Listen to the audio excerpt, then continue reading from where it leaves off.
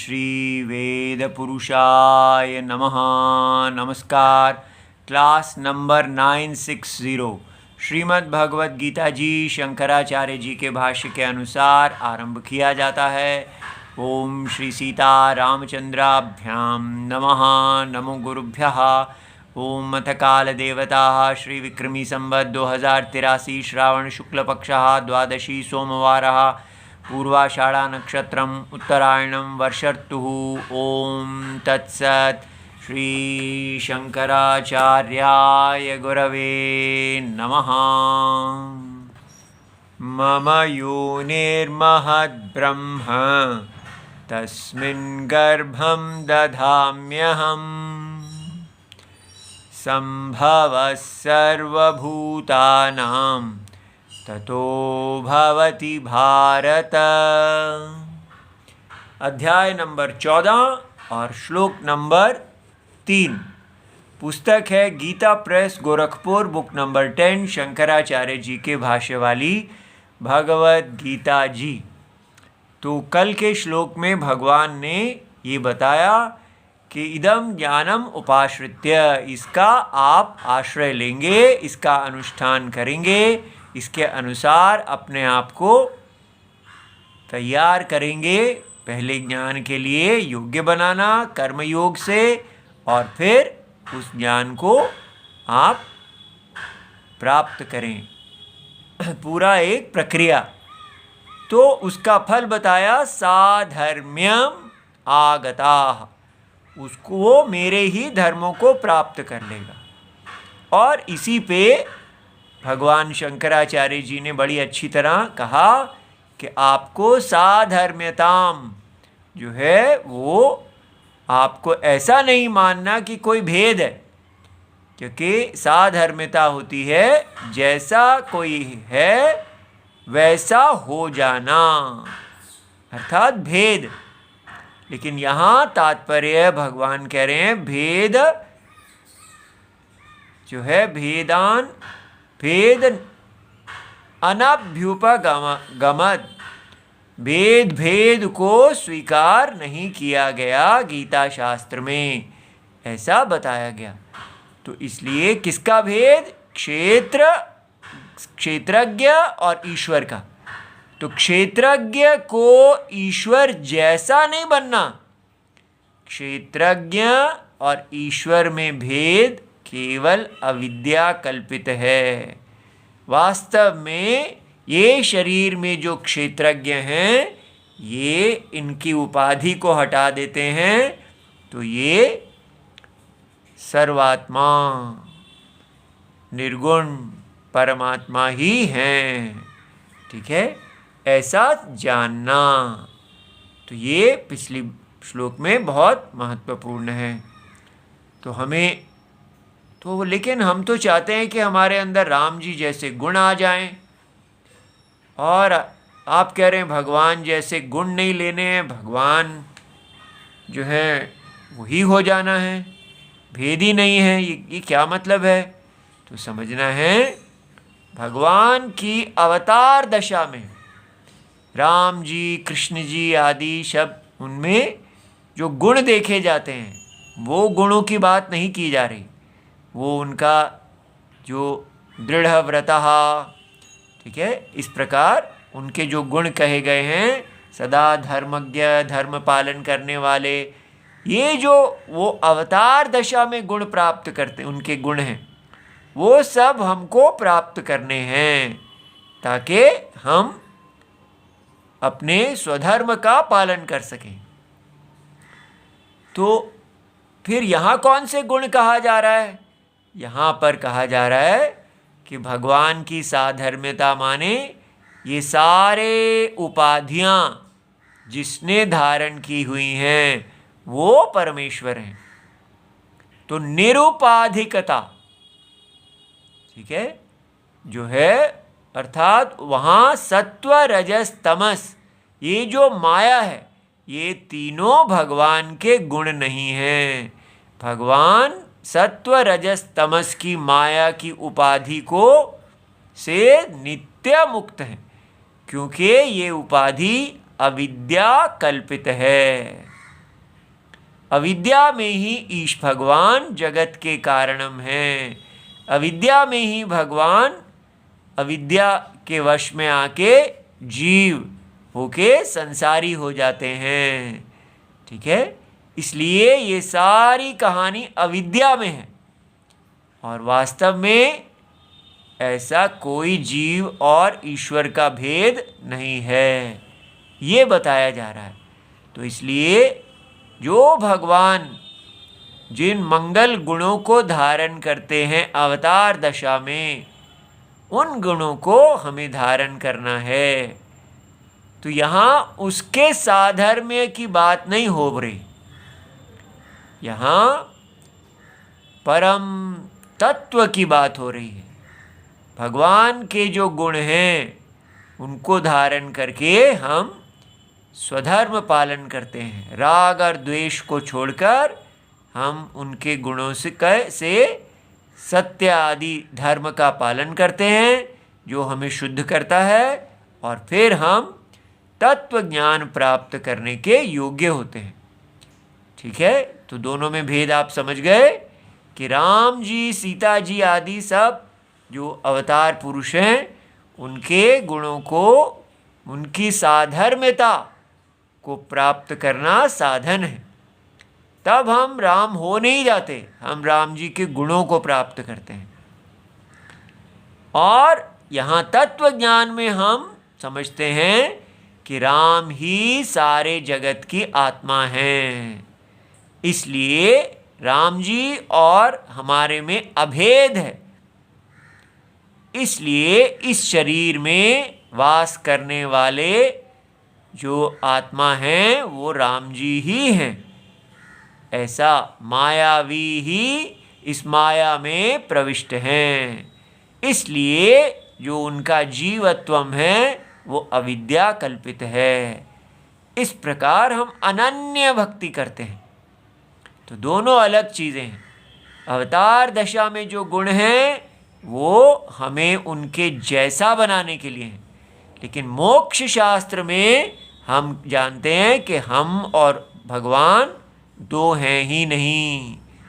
ठीक है, भगवान ही अविद्या दशा में जीव प्रतीत हो रहे हैं। वास्तव में ऐसा कोई भेद नहीं है। ठीक है, अब हम आज का श्लोक देखते हैं। तो शंकराचार्य जी बताते हैं कि क्षेत्रज्ञ संयोग ईदृशम भूत कारणम इति आह।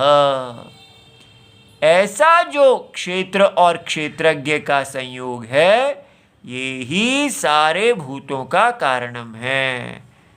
तो कैसा है वो संयोग? तो ये बड़ा भगवान का विचित्र श्लोक है और हमें बड़ा कल्याण करने वाला है। भगवान कह रहे हैं मामा योनि ही, मेरी योनि। अब इसमें ही बड़ा विचित्र हो जाता है। भगवान आप ये बताइए, आप स्त्री हैं कि पुरुष हैं? हम हमेशा सोचते थे भगवान पुरुष हैं और उन देवी जो हैं वो स्त्री हैं, और अब भगवान कह रहे हैं मेरी योनि। अगर आपकी योनि है भगवान तो आप स्त्री हैं। ठीक है, और महत ब्रह्म, वो उस योनि का नाम भगवान महत ब्रह्म कहते हैं। ये ब्रह्मा जी नहीं है। ठीक है, महत नाम वास्तव में ब्रह्मा जी का है, लेकिन यहाँ पर भगवान ने अपनी योनि जो है माया, उसी को ही महत ब्रह्म कहा है। और बड़ा विचित्र है, तस्मिन् गर्भम दधाम्यहम्, उसी में मैं गर्भ डालता हूँ, अर्थात मैं बीज गर्भाधान करता हूँ। गर्भाधान करना माने बीज डालता हूँ। तो फिर भगवान आप बीज डालने में भी सक्षम हैं और आपकी योनि भी है। ठीक है, आप स्त्री भी हैं क्या और पुरुष भी हैं? तो ये कैसे है? यही समझना है। भगवान स्त्री भी हैं, पुरुष भी हैं। इसको कहते हैं अभिन्न निमित्त उपादान कारणम। भगवान ही सारे जगत का उपादान है। उपादान माने मटेरियल कॉज, जिसका ये सारा जगत बना हुआ है, और भगवान ही इस सारे जगत के में इस मटेरियल, इस जगत के अंदर प्रवेश करने वाले हैं। तो चेतना भी वही है और जड़ शरीर भी वही हैं। ये समझ में आता है? जो बाइबल कुरान में कहते हैं कि भगवान ने उनके, अल्लाह गॉड ने मिट्टी लिया और उसमें जान फूका, तो इसका मतलब उपादान कारणम, मिट्टी जो है जिसका उन्होंने बनाया वो स्वयं वो नहीं है, और वो उसके अंदर जो उन्होंने जान फूका उससे उन्होंने चेतना को भी बनाया।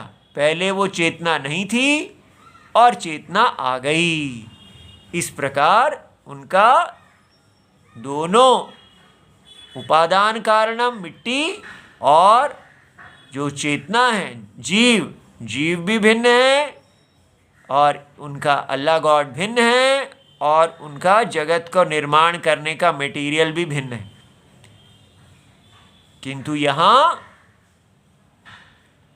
क्या बड़ा ही विचित्र है कि स्वयं भगवान ही जगत की योनि है, और स्वयं भगवान ही इस योनि में गर्भाधान संस्कार करते हैं, बीज डालते हैं, और स्वयं भगवान ही सारे जगत और जीवों के रूप में उपलब्ध हैं। अब बताइए, ये तो बड़ी विचित्र बात है। ठीक है, तो वो कहते हैं यही जो है, इसी से संभवः सर्वभूतानां ततो भवति भारत। ठीक है, इस प्रकार भगवान जब शब्दांतर कर देते हैं तो हमारे अंदर एक भिन्न विचार होने लगता है। हमने कहीं कल्पना की होती है कि भगवान पुरुष हैं और देवी उनकी स्त्री हैं, और ये स्त्री और पुरुष जो हैं ये जगदम्बा जगत पिता हैं। अब ऐसा कहने से कि मेरी योनि में मैं, नहीं तो कहना चाहिए कि देवी की योनि में मैं उनका पति जो है गर्भाधान संस्कार करता हूँ, लेकिन ऐसा तो नहीं कहा। कहा कि मेरी योनि में जो महद ब्रह्म है उसमें तस्मिन् गर्भम दधामि, अर्थात मैं उसमें बीज का आधान करके गर्भ स्थापित करता हूँ, ऐसा कहा। तो ये तो जल्दी जल्दी शंकराचार्य जी से समझना चाहिए। तो शंकराचार्य जी स्पष्ट करते हैं, मम, मेरी का मतलब स्वभूता, तो जो मेरी है तो वो क्या, मदीया माया, मेरी जो माया है, त्रिगुणात्मिका, 3 गुणों वाली मेरी माया, प्रकृति ही, उसी को मैं अपनी योनि कह रहा हूँ। ठीक है, तो योनि वो है माने कारणम, जिसमें से कार्य की उत्पत्ति होती है। तो योनि माने सर्वभूतानाम, सारे के सारे जीवों की एक ही योनि है, एक ही माता है। भगवान स्वयं सारे जीवों की माता हैं। ठीक है, तो ऐसा आप इनको योनि कह रहे हैं। फिर दूसरा नाम आपने दिया सर्व कार्येभ्यः महत्वात्, जो भी कार्य है ये उन सब से महान है। तो सबसे पहले कार्य ब्रह्मा जी की उत्पत्ति है। तो अभी तक महत् शब्द ब्रह्मा जी के लिए प्रयोग होता था, लेकिन यहाँ भगवान ने कहा कि ब्रह्मा जी का भी उत्पत्ति कारण होने से हम माया को ही महत् कह रहे हैं। और भरणाच्च स्विकाराणाम, स्वयं ब्रह्मा जी का भरण, ब्रह्मा जी सब पर अनुग्रह करते हैं। सारे जो देवता हैं, इंद्रियां, मन, बुद्धि आदि, वो सब हम पर अनुग्रह कर रहे हैं। ब्रह्मा जी उन सब पे अनुग्रह कर रहे हैं, उसी रूप में हैं। लेकिन ब्रह्मा जी का अस्तित्व जो है वो भगवान की इस माया के कारण है। उनका सारा शरीर माया निर्मित है। तो इसलिए स्वकार्यभ्यः महत् भरणात्, और भरण तो उनको स्वविकाराणाम महत् ब्रह्मा इति योनि, उनको पालने का काम सारा ये महत् तत्व योनि जो है माया कर रही है। तो क्योंकि ये इतनी पृष्ठभूमि दी जा रही है, क्योंकि भगवान अब माया कैसे सारे जगत को उत्पन्न करती हैं और कैसे सारे जगत का भरण करती हैं, ठीक है, ये सब अब इसमें बताया जाएगा कि वही 3 गुण है, बस उसी से पूरा जगत का सब कुछ 3 गुणों सत्व रजस तमस से चलेगा। अब हमें समझना है कि भगवान ने ऐसा क्यों कहा कि ये माया, मेरी माया, मेरी जो योनि है, मेरा, तो ऐसा क्यों कहा? ऐसा क्यों नहीं कहा कि मेरे से अन्य मेरी पत्नी? तो वो अपने आप को ही क्यों कह रहे हैं कि मेरी योनि? मेरी पत्नी की योनि कहना चाहिए था। तो मेरी योनि क्यों कहा?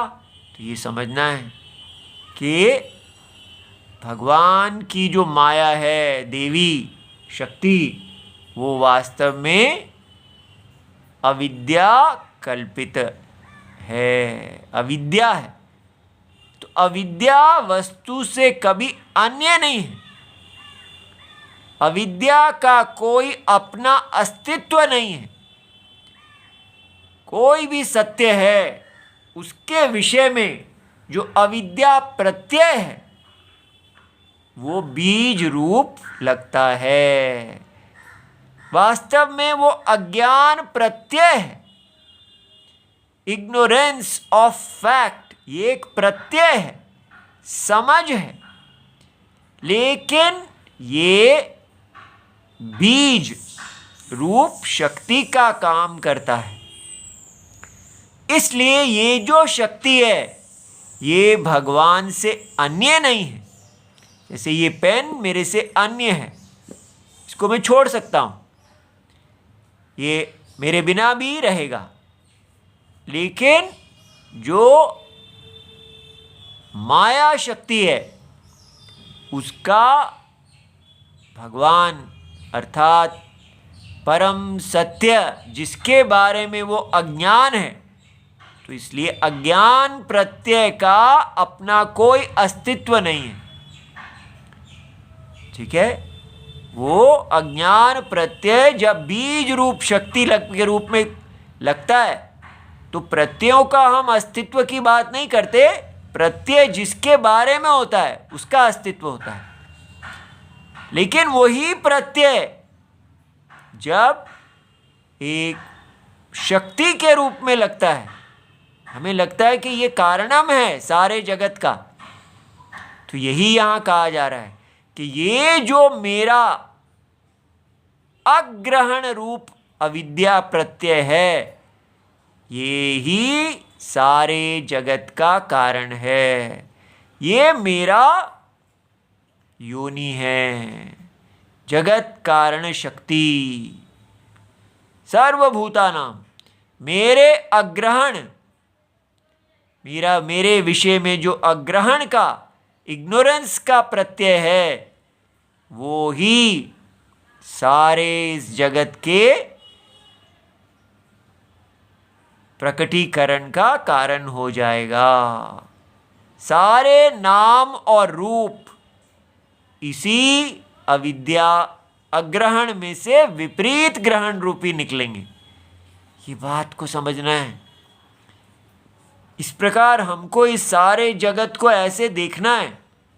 हम इसको, दुनिया को जब देखते हैं तो हम कहते हैं मुझे यहाँ ये करना है, मुझे यहाँ ये करना है, ये बदलना है, वो बदलना है, दुनिया ऐसी हो जाए, वैसी हो जाए, ये यूं क्यों करती है, वैसे क्यों करती है, ऐसे हमारे दिमाग में चलता रहता है। लेकिन धीरे धीरे जब व्यक्ति ऐसे देखता है ये सारा जगत है क्या, स्वयं आत्मा का अज्ञान में निकला हुआ एक विपरीत ज्ञान, जिसमें ये आत्मा, सत्य आत्मा प्रविष्ट है बिना प्रवेश किए,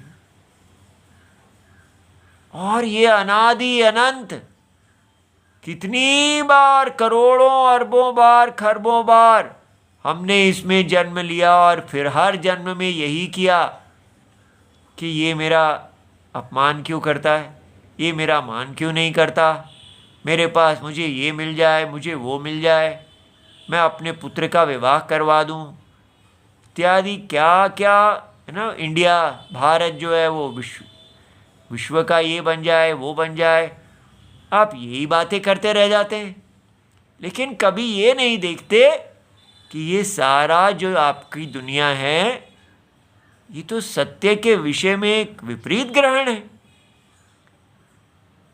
तो उससे होगा क्या, आपको जब ये बात धीरे धीरे अंदर बैठने लगेगी तो आप चुप होने लगेंगे। सारा मन इत्यादि इंद्रियां जो हैं उनका उपसंहार होने लगेगा। ये ज्ञान जैसे जैसे अंदर जाएगा उपरति होगी, इस संसार के प्रति रति दूर हो जाएगी।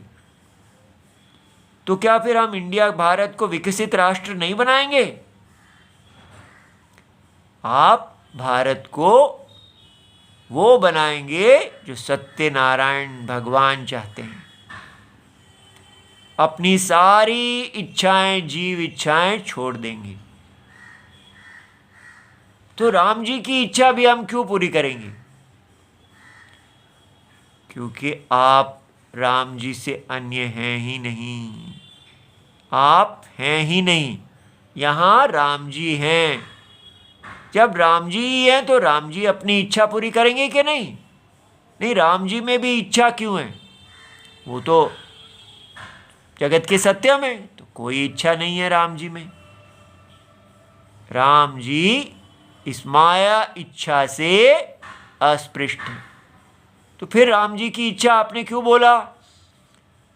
वो उनके ऊपर अध्यारोपित है। ईश्वरत्वम सत्य निरुपाधिक ब्रह्म पे अध्यारोपित है।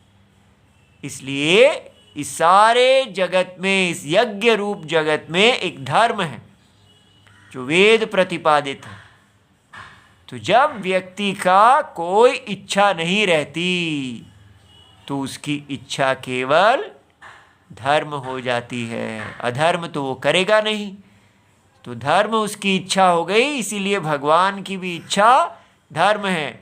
लेकिन वो ना उसके करता है और ना वो उसके फल के भोगता है, वो केवल उसको धारण करने वाले, केवल सत चित आनंद रूप से नित्य रहने वाले हैं। तो फिर भगवान क्या इस जगत के अंदर कुछ करते हैं या नहीं करते हैं?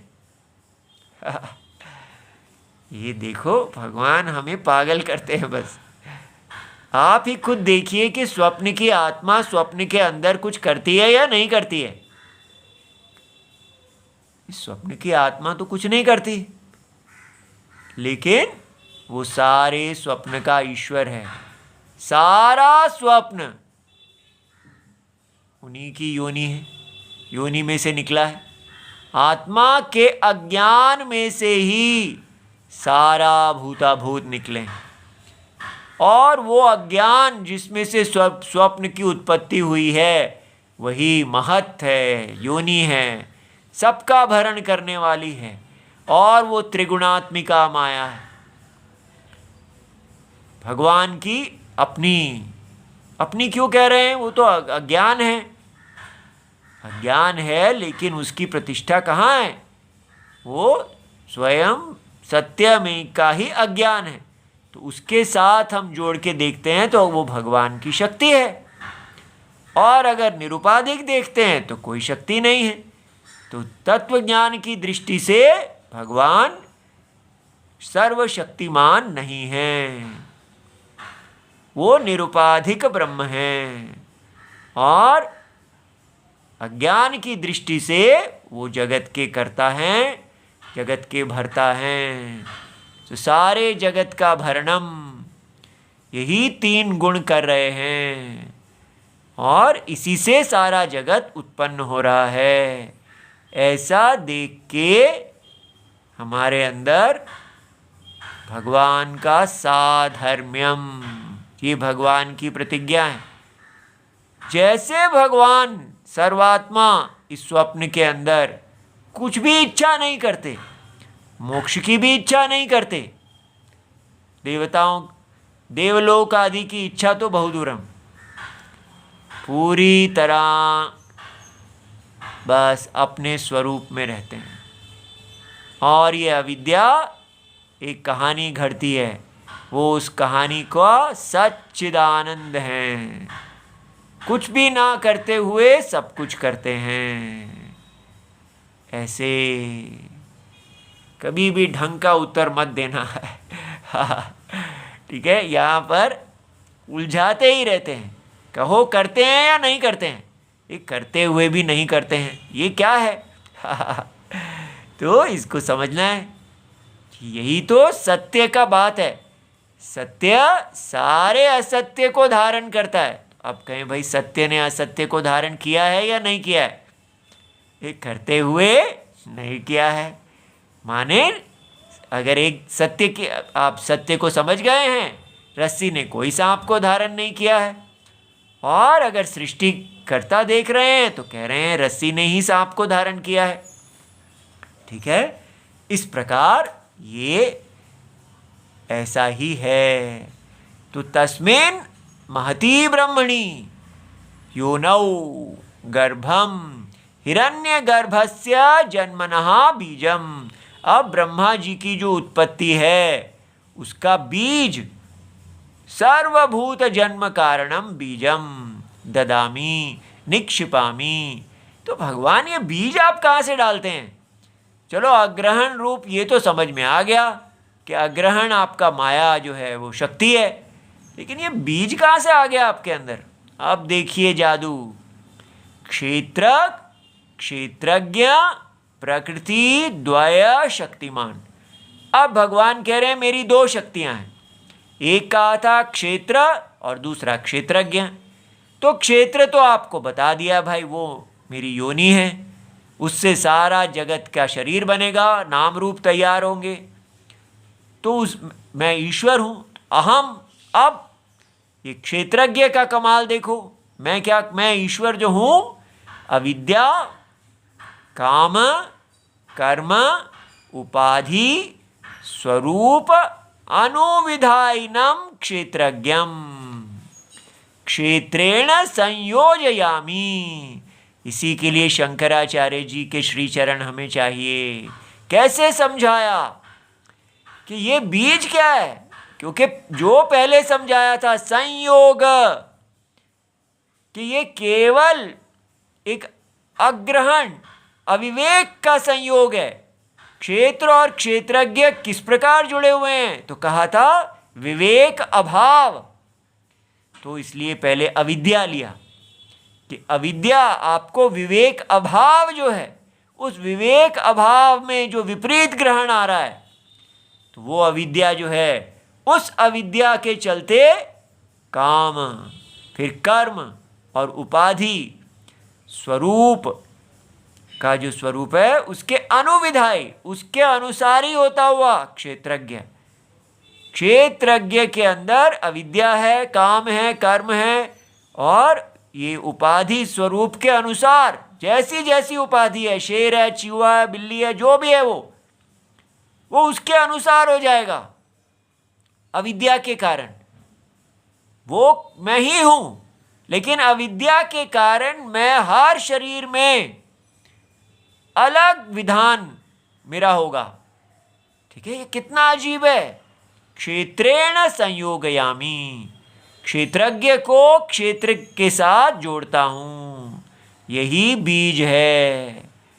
अगर क्षेत्रज्ञ का क्षेत्र में प्रवेश ना हो तो कोई जीव हो ही नहीं, किसी जीव का जन्म ही नहीं हो। तो ये दोनों शक्तियां, संभवः उत्पत्ति सर्वभूतानाम, सबका कारणम उत्पत्ति, हिरण्यगर्भ उत्पत्ति द्वारेण, तो हिरण्यगर्भ जो ब्रह्मा जी हैं उनकी उत्पत्ति के द्वारा, ततः तस्मात् गर्भाधानात् भवति, ये गर्भाधान है। कितना गहरा है कि कुछ वो बीज नाम की कोई वास्तव में योनि के अंदर बीज नहीं डाला।